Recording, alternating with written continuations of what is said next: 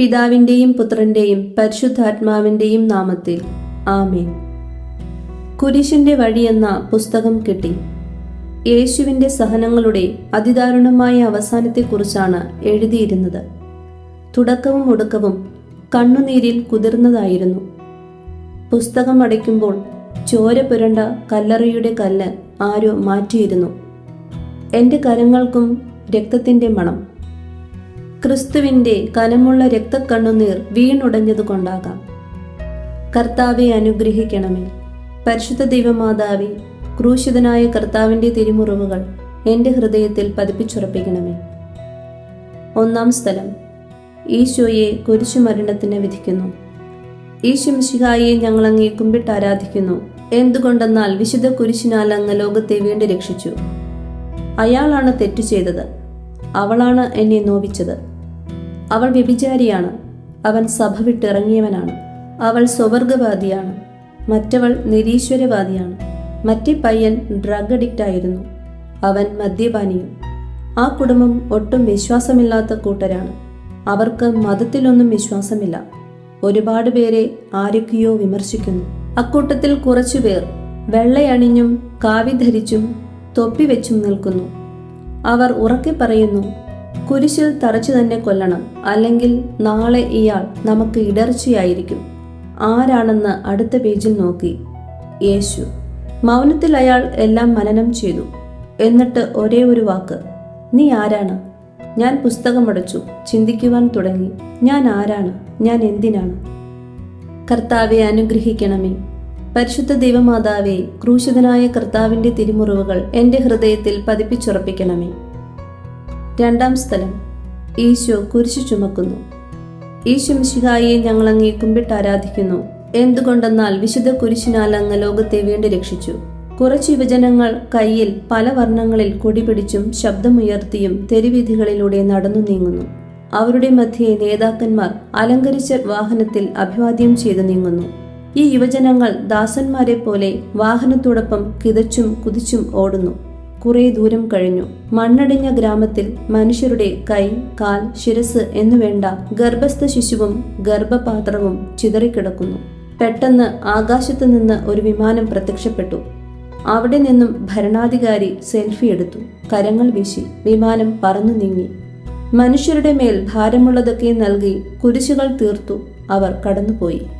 പക്ഷേ യുവജനങ്ങൾ അപ്പോഴും ഓടിക്കൊണ്ടേയിരുന്നു, കയ്യിൽ പതാകയും വായിൽ മുദ്രാവാക്യവുമായി.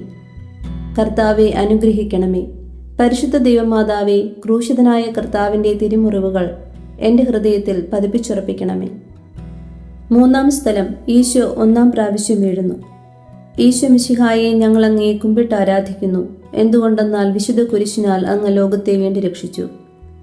2 മക്കളുമായി അവർ പാഞ്ഞു വരുന്ന ട്രെയിനിൻ്റെ മുന്നിലെത്തി. ഒരേ ഒരു നിലവിളി. 3 പേരും 3000 കഷ്ണങ്ങളായി. രാത്രിയിൽ തന്നെ വാർത്തയറിഞ്ഞു. നാട്ടുകാർ എത്തി. വീട്ടുകാരൊക്കെ വിദൂരത്തിൽ നിന്നെത്തി.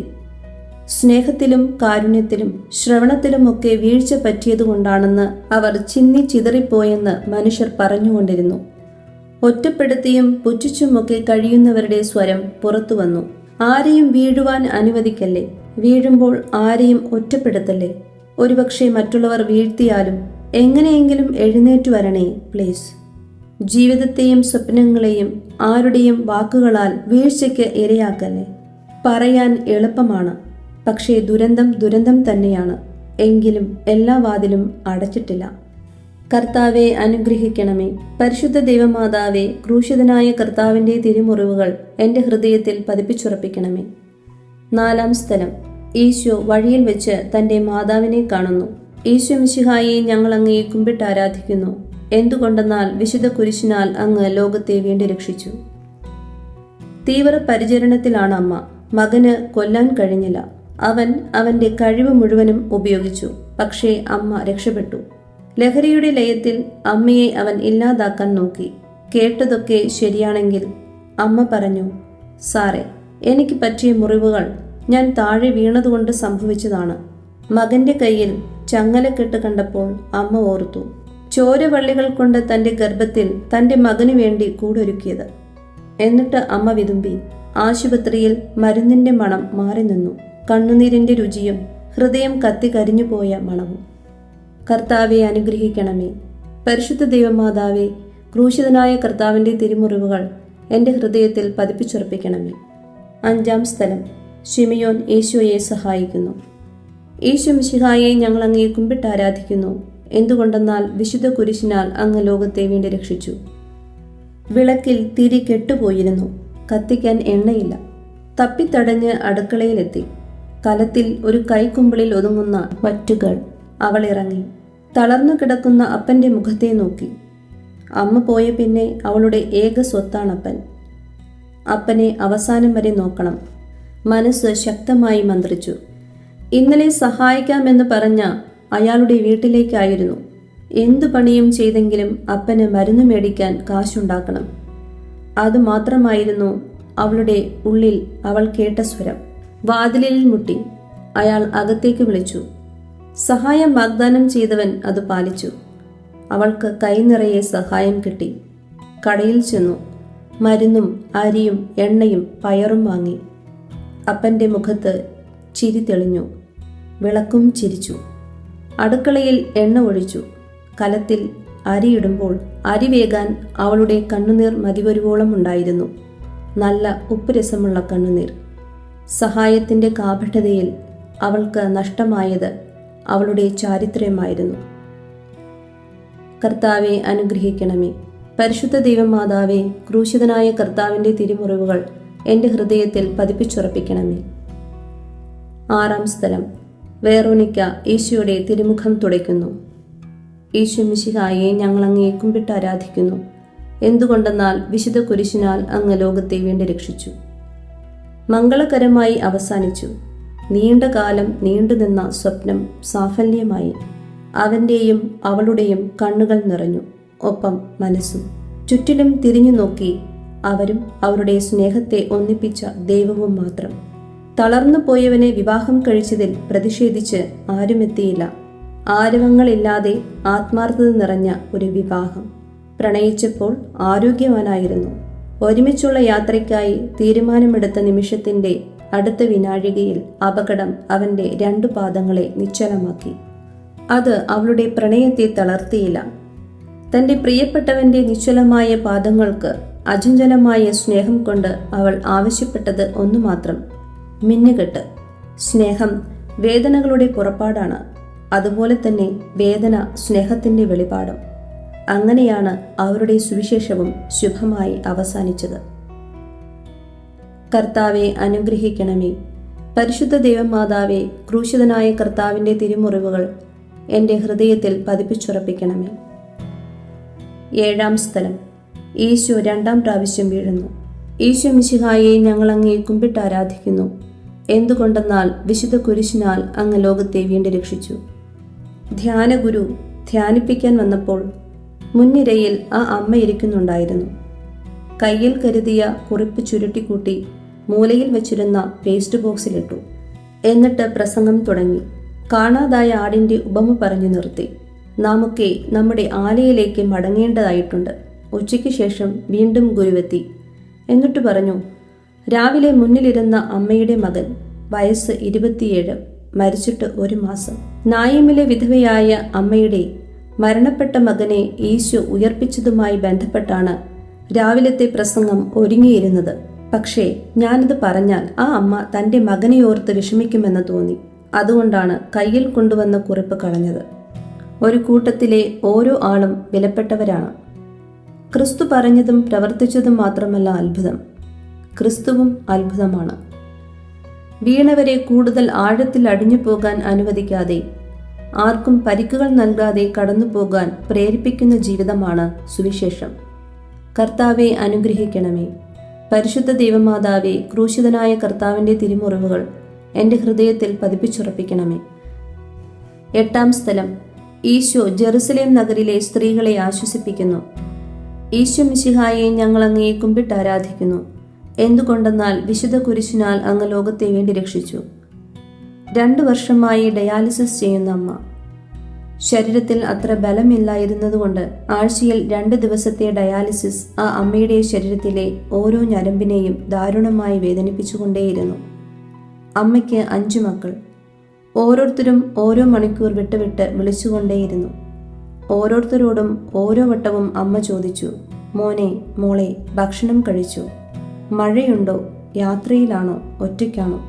എപ്പോഴുമുള്ള അമ്മയുടെ ഈ ചോദ്യങ്ങൾ മക്കൾക്ക് വലിയ കരുതലിൻ്റെ കരുത്തു പകർന്നിരുന്നു.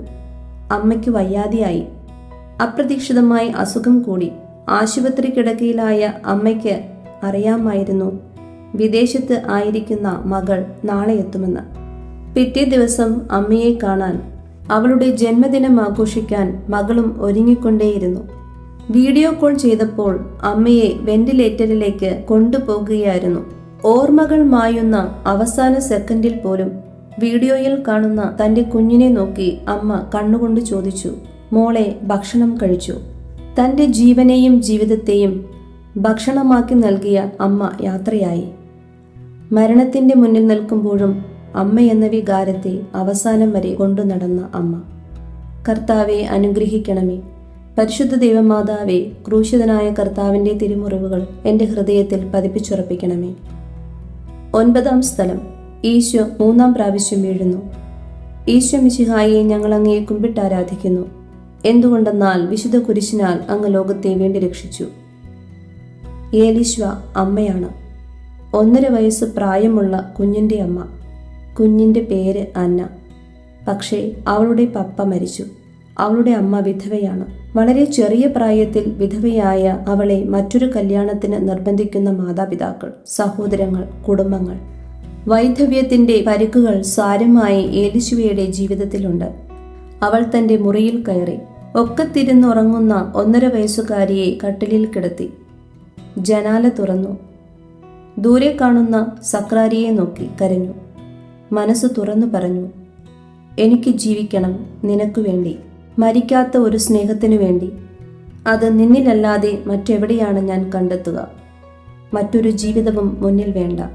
കാത്തിരിക്കാം നിനക്കായി. ഈ ജീവിതത്തിൻ്റെ നൊമ്പരങ്ങളിൽ നിന്നും ആകുലതയിൽ നിന്നും എന്നെക്കുറിച്ചുള്ള മറ്റുള്ളവരുടെ തീരുമാനങ്ങളിൽ നിന്നും എന്നെ പുറത്തു കൊണ്ടുവരണേ തമ്പുരാനെ. കാലങ്ങൾ കാത്തിരുന്നു. അവൾ സന്യാസം സ്വീകരിച്ചു. 1.5 വയസ്സുകാരിക്കും 1000 പെൺകുട്ടികൾക്കും അവൾ സന്യാസത്തിൽ അമ്മയായി. കർത്താവെ അനുഗ്രഹിക്കണമേ.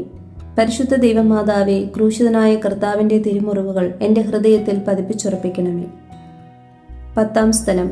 ഈശോയുടെ തിരുവസ്ത്രങ്ങൾ ഉരിഞ്ഞെടുക്കപ്പെടുന്നു. ഈശോ മിശിഹായെ, ഞങ്ങൾ അങ്ങയെ കുമ്പിട്ട് ആരാധിക്കുന്നു. എന്തുകൊണ്ടെന്നാൽ വിശുദ്ധ കുരിശിനാൽ അങ്ങ് ലോകത്തെ വീണ്ടും രക്ഷിച്ചു. വെള്ള ലോഹയണിഞ്ഞ വൈദിക ശ്രേഷ്ഠൻ മാത്രമല്ല, സഭാതലവനും കൂടിയാണ് ഫ്രാൻസിസ് പാപ്പ. ചേരികളുടെ മണമുള്ള പിതാവ്. കാർ ഷെഡുകളിലും വഴിയോരങ്ങളിലും പൊട്ടിയ കസേരയിലിരുന്ന് സ്നേഹത്തെക്കുറിച്ച് പഠിപ്പിക്കുന്ന ഒരപ്പൻ. 21-ാമത്തെ വയസ്സിൽ ന്യൂമോണിയ ബാധിച്ച് ശ്വാസകോശത്തിന്റെ ഒരു ഭാഗം നീക്കം ചെയ്തു. എങ്കിലും കരളിൽ കനിവ് മുറിഞ്ഞു പോയില്ല. ദരിദ്രരായ മനുഷ്യരെയൊക്കെ എന്നും അദ്ദേഹം കൂടെയിരുത്തി. ഇപ്പോൾ വയസ്സ് 88. ആരോഗ്യം അനാരോഗ്യമായി. താൻ ആയിരിക്കുന്ന വീടിന്റെ വാതിൽക്കൽ പാവങ്ങളായി ആരും പട്ടിണി കിടന്ന് മരിക്കരുത്, മരുന്നില്ലാതെ മരിക്കരുത് എന്ന് നിർബന്ധിച്ചു. തന്റെ വീടിന്റെ എല്ലാ വാതിലും അവർക്കായി തുറന്നുകൊടുത്തു. അതിനാൽ കുടുംബക്കാർ പോലും തിരിഞ്ഞു നിന്ന് ആക്ഷേപിച്ചു. അനീതിയെയും ആഡംബര ജീവിതത്തെയും അകറ്റി നിർത്തി അദ്ദേഹം. അതിനെ പ്രതി അടുത്തിരുന്നവരൊക്കെ അകന്നുപോയതിന്റെ വേദനയും ഏറ്റുവാങ്ങിക്കൊണ്ടിരുന്നു.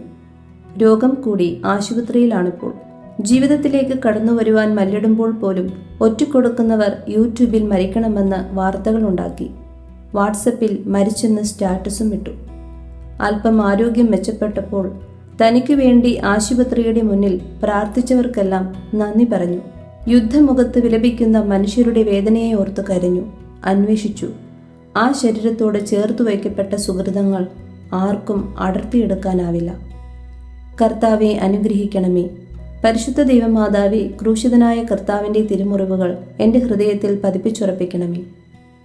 11-ാം സ്ഥലം. ഈശോയെ കുരിശിൽ തറയ്ക്കുന്നു. ഈശോ മിശിഹായെ, ഞങ്ങൾ അങ്ങയെ കുമ്പിട്ട് ആരാധിക്കുന്നു.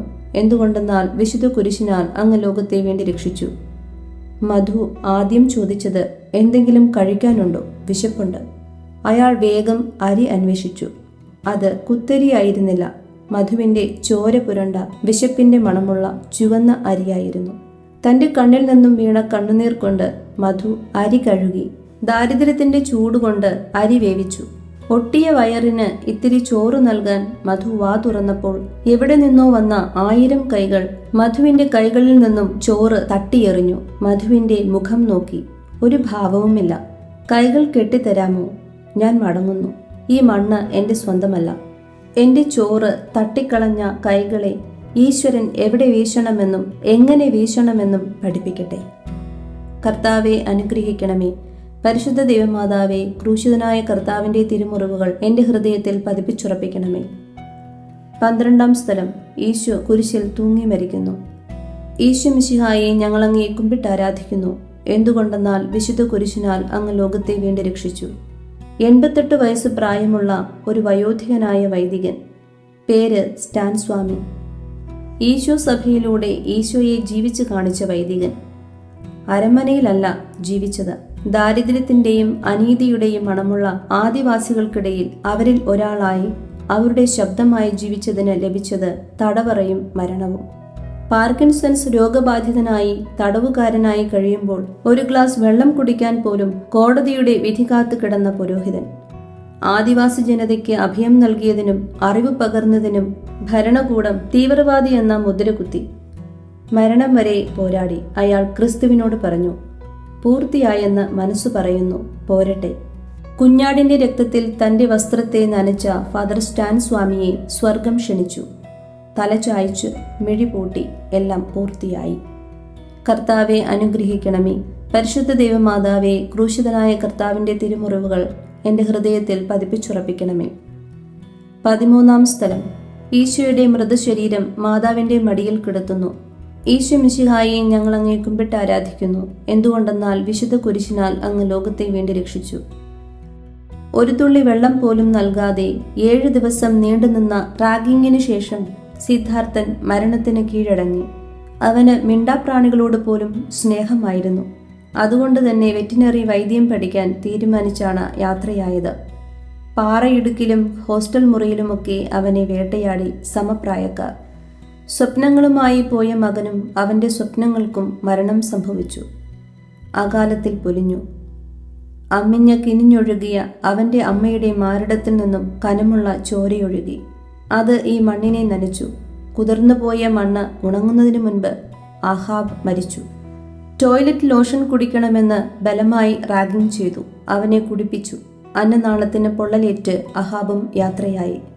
മക്കളുടെ ചേതനയേറ്റ മൃതദേഹം ഏറ്റുവാങ്ങുമ്പോൾ വേദനകളുടെയും നഷ്ടങ്ങളുടെയും കണ്ണുനീരിനെ തടഞ്ഞു നിർത്തി ഉള്ളിലൊഴുക്കി ഉരുകുന്ന അപ്പന്മാരുടെ ചങ്ക് പിടഞ്ഞുകൊണ്ടേയിരിക്കുന്നു ഇന്നും. കർത്താവെ അനുഗ്രഹിക്കണമേ. പരിശുദ്ധ ദൈവമാതാവേ, ക്രൂശിതനായ കർത്താവിൻ്റെ തിരുമുറിവുകൾ എൻ്റെ ഹൃദയത്തിൽ പതിപ്പിച്ചുറപ്പിക്കണമേ. 14-ാം സ്ഥലം. ഈശോയുടെ മൃതദേഹം കല്ലറയിൽ സംസ്കരിക്കുന്നു. ഈശോ മിശിഹായെ ഞങ്ങളങ്ങേ കുമ്പിട്ട് ആരാധിക്കുന്നു. എന്തുകൊണ്ടെന്നാൽ വിശുദ്ധ കുരിശിനാൽ അങ്ങ് ലോകത്തെ വീണ്ടും രക്ഷിച്ചു. വാർദ്ധക്യം പ്രാപിച്ച് അവർ ഒരു ദിവസം മണിക്കൂറുകളുടെ ഇടവേളകളിൽ മരിച്ചു. വൃദ്ധസദനത്തിലാണ് മരിച്ചത്. മക്കളെ അത്രമേൽ സ്നേഹിച്ചവർ. മക്കളും സ്നേഹിച്ചു. സൗകര്യങ്ങൾ ഏറെയുള്ള മുറികളാണ് അവർ വിലയ്ക്ക് വാങ്ങിയത്. മാസം തോറും വിദേശത്തു നിന്ന് പണമെത്തി. ഡിജിറ്റൽ ഇന്ത്യയുടെ പുരോഗതിയിൽ ഈ മാതാപിതാക്കളും പങ്കുകാരായി. വാട്സപ്പ് വീഡിയോ കോളുകളും കുഞ്ഞുമക്കളുടെ റീൽസും മക്കളുടെയും മരുമക്കളുടെയും കുക്കറി ഷോകളുമായി ഫോണിലവർ. സ്നേഹം നൽകി വളർത്തിയ മക്കൾ സ്നേഹബന്ധങ്ങളെ കാഴ്ചവസ്തുവാക്കി. ഒട്ടിയ കവിളുകൾ, ചുരുങ്ങിയ കൈകാലുകൾ, മക്കളെ ആർദ്രതയോടെ കാണാൻ കുതിച്ച കണ്ണുകൾ, കുഞ്ഞു മക്കളുടെ മണമറിയാൻ കാത്തിരുന്ന മനസ്സുകൾ എല്ലാം ഇന്ന് കല്ലറയിൽ സംസ്കരിക്കപ്പെട്ടു. വികാരി അച്ഛന് ഫോൺ വന്നു. കല്ലറ കുടുംബക്കല്ലറയാക്കണം. പണം എത്രയായാലും കുഴപ്പമില്ല. അടക്കു കഴിഞ്ഞു. മക്കളാർക്കും എത്താൻ കഴിഞ്ഞില്ല. അനാഥരായി അവർ വന്ന സ്ഥലത്തേക്ക് തിരിച്ചുപോയി. പണിക്കാർ കല്ലറ പണിതു. വിലയുള്ള മാർബിൾ കൊണ്ടാകണം. അത് മക്കളുടെ നിർബന്ധമായിരുന്നു. അങ്ങനെ പണിയപ്പെട്ട കല്ലറകളിൽ പ്രിയപ്പെട്ടവർക്ക് വിശ്രമം ഒരുക്കുന്നു. കർത്താവെ അനുഗ്രഹിക്കണമേ. പരിശുദ്ധ ദൈവമാതാവേ, ക്രൂശിതനായ കർത്താവിൻ്റെ തിരുമുറിവുകൾ എൻ്റെ ഹൃദയത്തിൽ പതിപ്പിച്ചുറപ്പിക്കണമേ. പ്രാരംഭത്തിൽ പറഞ്ഞ ക്രിസ്തു എവിടെ? ഞാൻ തിരഞ്ഞു. അയാളുടെ വേദനകൾ എവിടെ? ഞാൻ ആകാംക്ഷയോടെ പേജുകൾ മറിക്കാൻ നോക്കി. അവസാനം ഒരു കുറിപ്പ് മാത്രം: എൻ്റെ ഏറ്റവും എളിയ ഈ സഹോദരരിൽ ഒരുവനോട് നിങ്ങൾ ഇത് ചെയ്തപ്പോൾ എന്നോട് തന്നെയാണ് ഇത് ചെയ്തത്.